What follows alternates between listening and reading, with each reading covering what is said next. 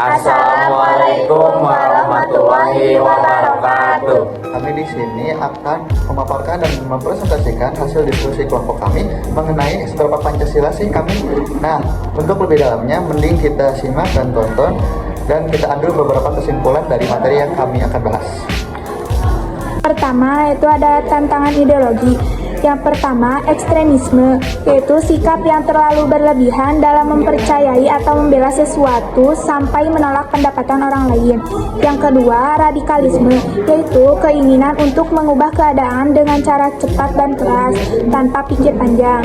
Yang ketiga, terorisme, yaitu tindakan kekerasan yang sengaja dibuat supaya orang lain takut, biasanya untuk tujuan tertentu. Yang keempat, konsumerisme, yaitu kebiasaan suka membeli dan memakai barang berlebihan meski sebenarnya tidak terlalu butuh. Hoax dan post-truth.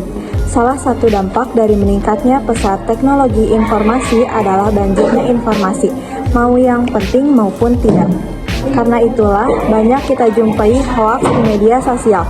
Kementerian Komunikasi dan Informasi Kominfo telah mengidentifikasi 3.901 berita palsu selama periode 2018 hingga November 2019.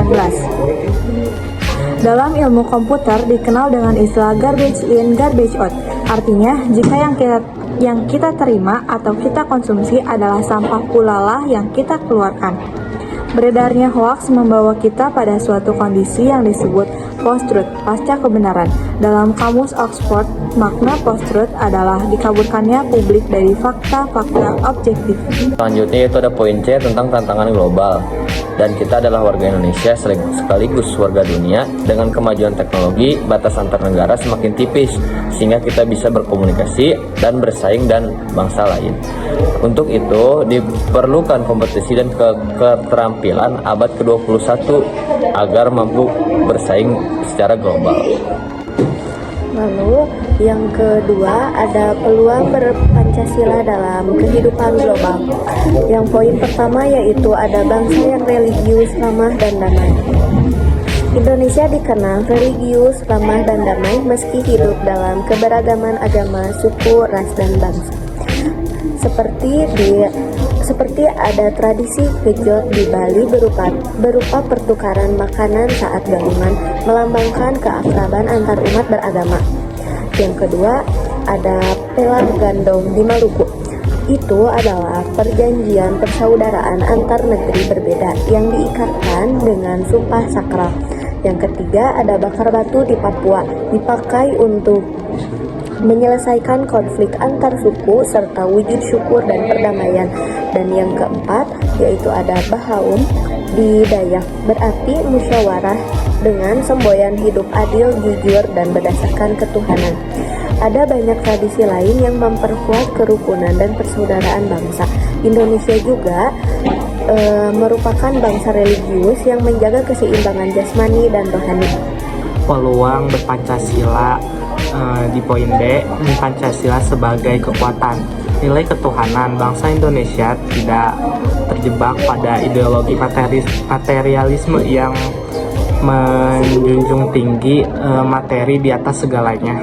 Yang kedua, nilai kemanusiaan bangsa Indonesia memahami dan menghargai setiap orang. Yang ketiga, nilai persatuan bangsa Indonesia memiliki semangat nasionalisme yang tinggi.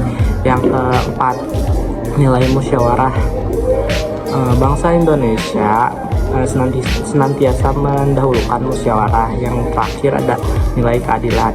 Bangsa Indonesia senantiasa bersikap adil. Yang selanjutnya yaitu meningkatkan keterampilan diri.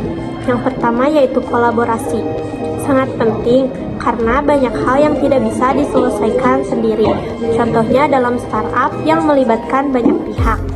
Yang kedua yaitu komunikasi. Bukan hanya menguasai bahasa asing, tetapi juga memahami budaya agar pesan tersampaikan baik dan terhindar dari salah paham. Yang terakhir yaitu yang ketiga, literasi atau membaca sebuah fondasi awal untuk menambah wawasan dan keterampilan. Dalam era globalisasi dan kemajuan teknologi, bangsa Indonesia itu menghadapi berbagai tantangan ideologis seperti radikalisme, terorisme, ekstremisme, dan konsumerisme. Nah, semua itu berkontribusi tuh buat menggerus nilai-nilai kebangsaan kita dan jadi diri kita ya sebagai bangsa Indonesia. Namun, Pancasila itu tetap menjadi kekuatan utama sekaligus benteng ideologi bangsa.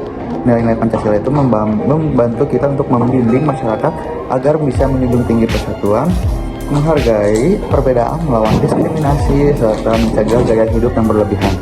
Selain itu, untuk mengamalkan Pancasila di kehidupan global, diperlukan keterampilan di abad ke-21 ini, seperti kolaborasi, komunikasi, literasi, dan kemampuan untuk beradaptasi. Dengan semangat ini, kita bisa belajar dan tidak mudah puas. Pancasila dapat menjadi modal kuat bangsa Indonesia dalam menghadapi tantangan ideologi dan menjaga keutuhan bangsa dan negara Indonesia. Sekian dari kelompok kami, mohon maaf bila ada salah kata. Wassalamualaikum warahmatullahi wabarakatuh.